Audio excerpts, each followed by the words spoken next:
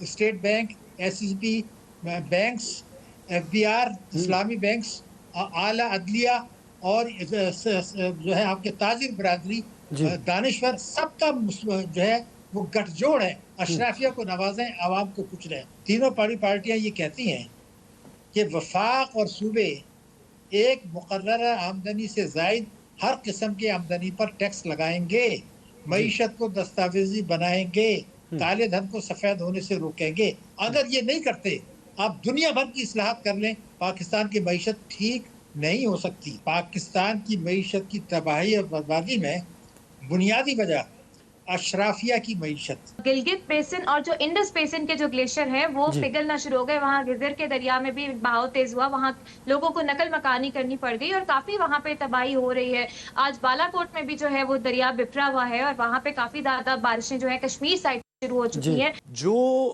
گاؤں قصبے پچھلے سال بہ گئے تھے اور 6-8 مہینے لگا کے انہوں نے اپنے زور بازو پہ کسی طرح اپنے آپ کو ری سیٹل کیا, وہی اس سال بھی بہ جائیں گے. جب وہ لاہور میں سیلاب آیا تو کتنی کھپ پڑی کہ وہ پرائیویٹ ہاؤسنگ سوسائٹی ہے, اس کے خلاف یہ کارروائی ہوگی, وہ ہوگی, لوگوں کا نقصان ہو گیا, دیکھ لیں گے, بیٹھنے نہیں دیں گے.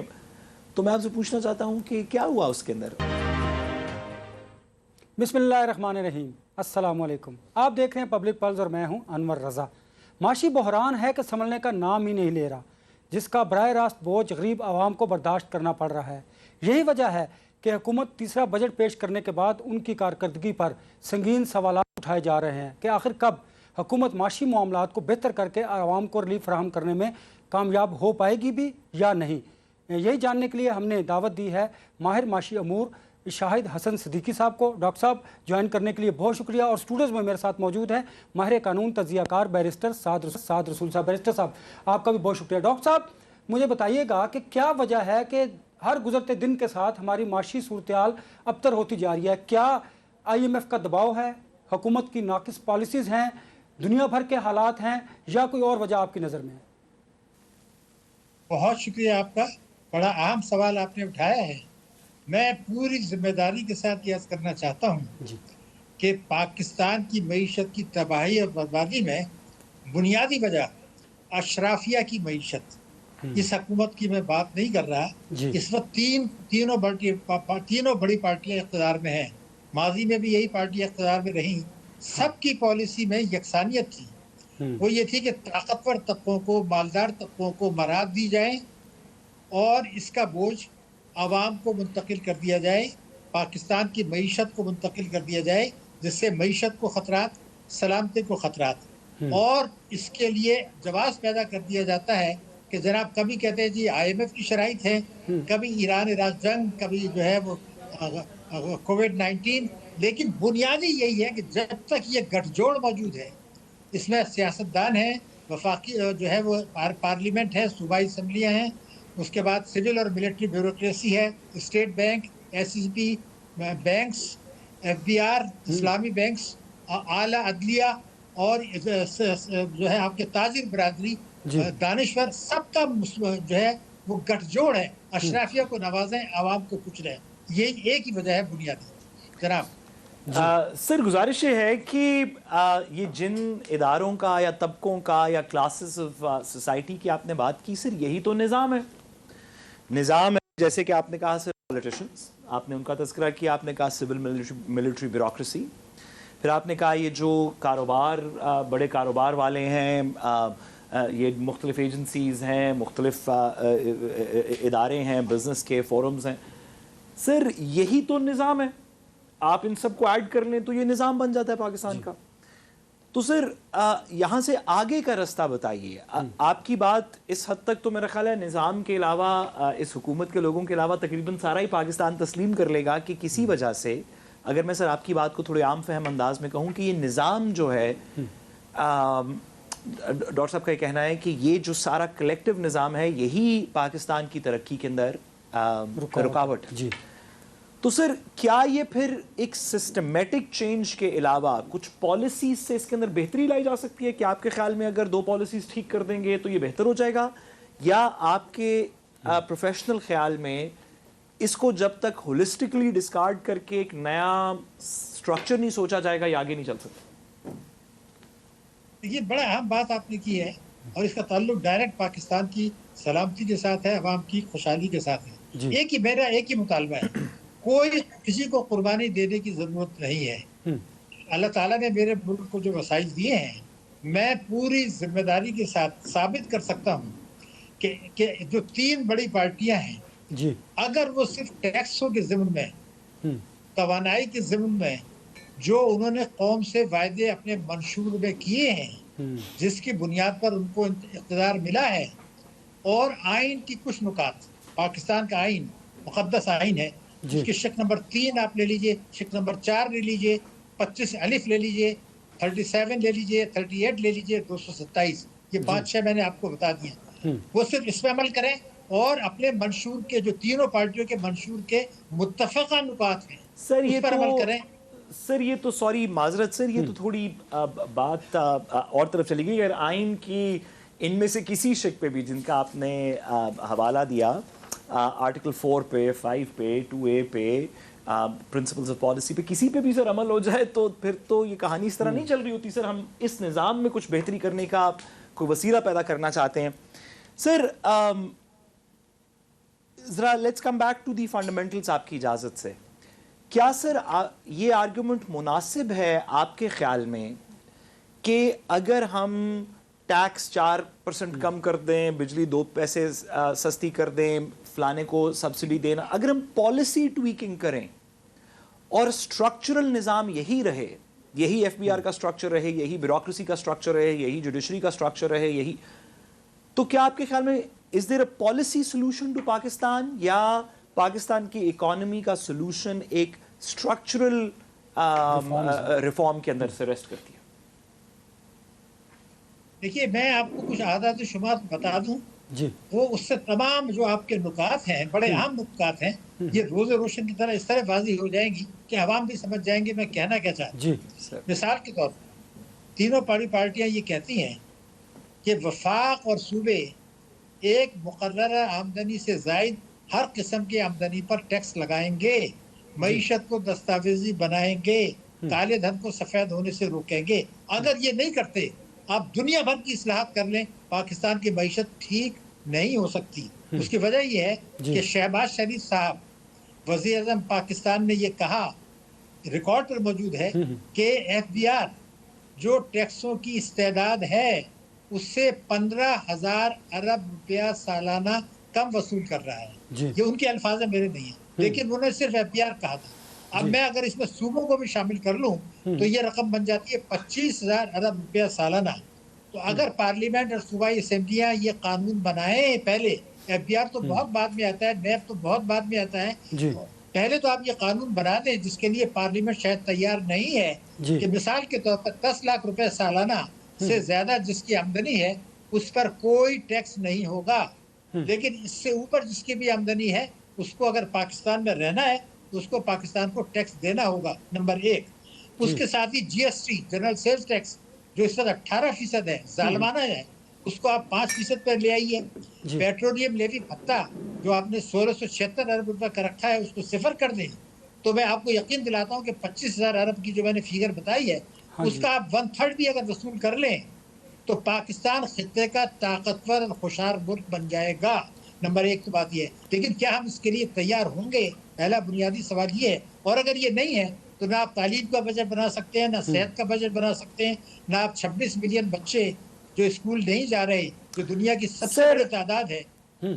سر اگر آپ تھوڑا سا, سر ہم اس کو تھوڑا سا پین آؤٹ کریں. سر آپ کے خیال میں یہ جو سٹیٹس کو کی فورسز ہیں جن کو آپ نے کہا کہ ہمارا نظام سپورٹ کرتا ہے, ہمارا پچھلے 70 سال سے آپ نے کہا 80 سال سے ایک ہی نظام ہے کہ ہم اس کلیک کو, یہ جو کچھ وسائل والے طاقتور لوگ ہیں اس کو سپورٹ کرتے ہیں اور غریب کو نہیں. سر آپ کے خیال میں زیادہ سے زیادہ مطلب 10-15 ہزار, 20,000, 50,000, 1 لاکھ بندہ ہوگا افیکٹولی پاکستان میں جو اس کیٹیگری میں فال کرتا ہے. سر آپ کے خیال میں ان کے پاس ویلتھ کتنی ہے اس 1000 بندے کے پاس, اور وہ خود کتنا ٹیکس دیتا ہے؟ آپ کو سر یاد ہوگا جب پینما کا مقدمہ چل رہا تھا تو گوشوارے سپریم کورٹ میں جمع کروائے گئے تھے, جس میں پتہ چلا تھا کہ میرا خیال ہے کہ ہمارے سابق وزیر اعظم جو ہیں نواز شریف صاحب, وہ